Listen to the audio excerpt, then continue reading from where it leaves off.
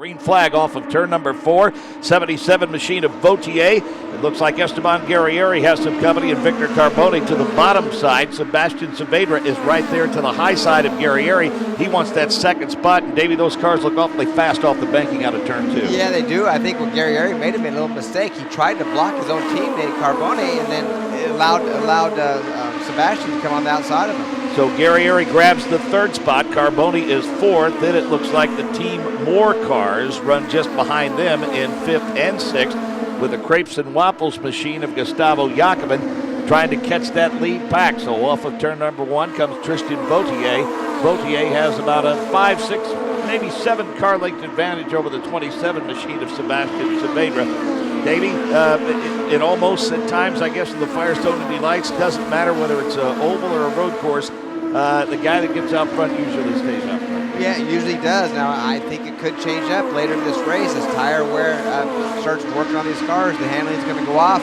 And by the way, they haven't tested or ran in these conditions either. It's pretty cool out there, and it's definitely nighttime for sure now. Well, they had a 45-minute practice session around 3 o'clock local time this afternoon, and quite frankly, there was a quote-unquote debris caution called when they were mixing it up pretty good. And then I think race control, Tony Cobbin and company were so displeased with the way that they were, running with one another during a practice session that they threw the yellows and the checkers all at once and effectively ended the session about 5 minutes early. Yeah, well, I think I seen the blade of grass blow up on the racetrack there for a little debris because, but those guys, they were getting pretty. It looked like it does right now, like a full-on race. And the last thing they need is, unfortunately, we have a little bit of a short car count in the Firestone Indy Lights series. And so the last thing you want is cars getting crashed in practice that can't make the FIL. Oh, he's going to shoot down underneath. I'm going to 3 right now. Is he going to be able to clear him? Tight quarters coming off turn 4 right now. Not a lot of room there if he exited turn number 4. Davey, much like the IZOD IndyCar series, even though the chassis and engine package hasn't changed, once upon a time a car would get down on that yellow line and stay there all the way around, but even the lights cars are using the whole racetrack now. Is that the difference in the tire compound? Well, I think it is a little bit of a difference in tire compound, and these cars do have a little bit less downforce now. It is good to see that these guys aren't just going to be flat out all the way around. Now, I would have to say your first 3 guys, as consistent times as they're running and as close as they're running, they may be close to flat, but it's not going to be for long. They're going to have to start lifting, start breathing, the cars move around. And that's what they're supposed to do. You need experience out of these to move into the IZOD IndyCar series. So you want that same kind of handling characteristics out of this that goes into the IndyCars. Now Gustavo Jacobin's car starts to fall off just a little bit. The 22 machine of David Ostella works around his teammate.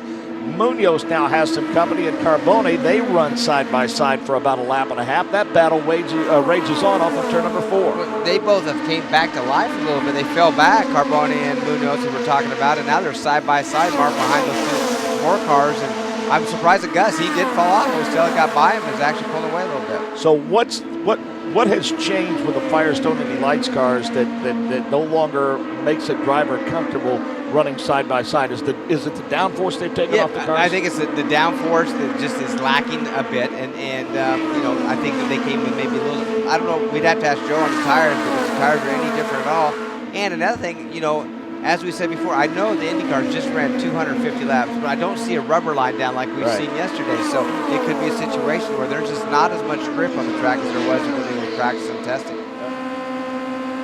60 laps complete now. Vautier goes to the bottom side, and I tell you what, he about ran Guerrieri down into the yard, Davey. Wow, what a race. I mean, he caught so much ground. As you said, Mark, the lap traffic really slowed down Tristan, and he is there. Now he's going to get underneath of him. He had over probably a quarter of a straightaway lead at least. That lap traffic slowed him down and almost took it all away. Yep, they're now working their way around Anders Krohn and the car of Mike Larison. So Guerrieri, right now it appears as though has a much faster race car, but Tristan Vautier is pulling away from him just a bit. Juan Pablo Garcia went back out onto the racetrack. He's awfully slow.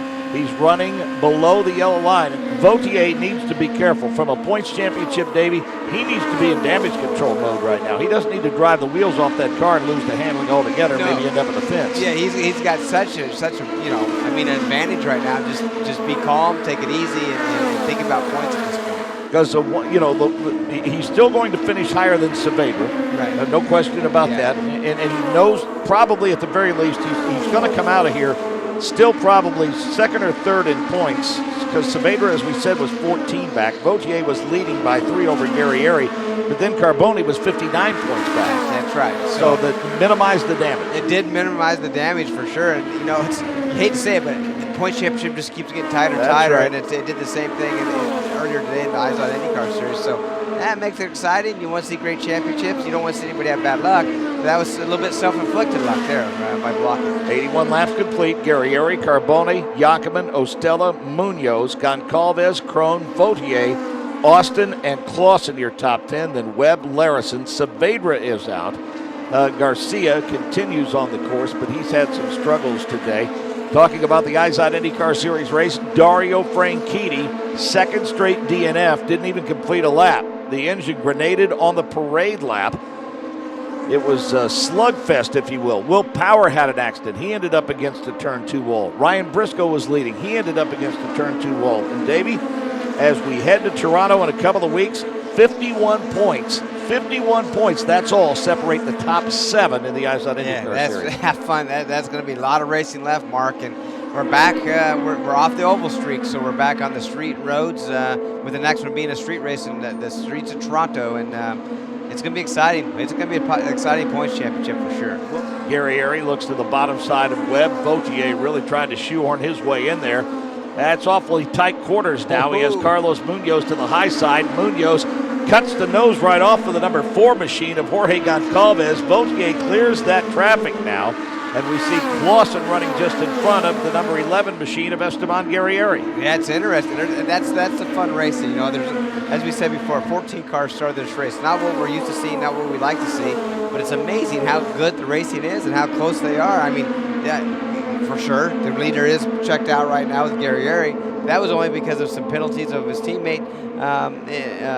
How about he's in 5th right now? Tristan's in 5th place right now. Yep, Goncalves and Goncalves and Munoz continue to run side by side.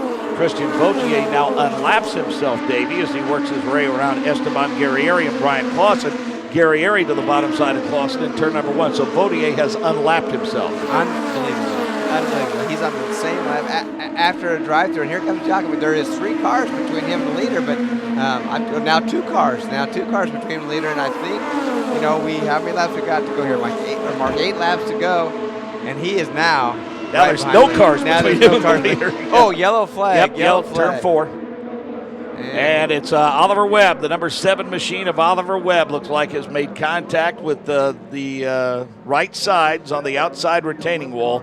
The struggles continue for that young man who had such high hopes coming into the season, Davey. And guess what? That's a teammate of the leader. The last thing that needed to happen was that yellow, and the guy that brought it out is the teammate to the leader. And got up too high in turn 4. Sides, just slapped that right side against the wall. Took the right front, the steering, and the right rear out of it. And he comes coasting to a stop outside of turn 1, out of harm's way. But I don't think they'll have this cleaned up. There's only 6 laps to go. Great jump by Esteban Guerrieri. Climbed on the throttle out of 3, and Gustavo Jacobin now gives chase. Lap 113 complete. Guerrieri with Jacobin giving chase. Carboni, Vautier trying to get caught up as well. Jacobin starts to reel him in a bit, Davey, off of turn number 3. I tell you what, I don't know that was where you were supposed to start. They definitely were packed up. Caught Gus off guard, I think. Pulled out that nice lead.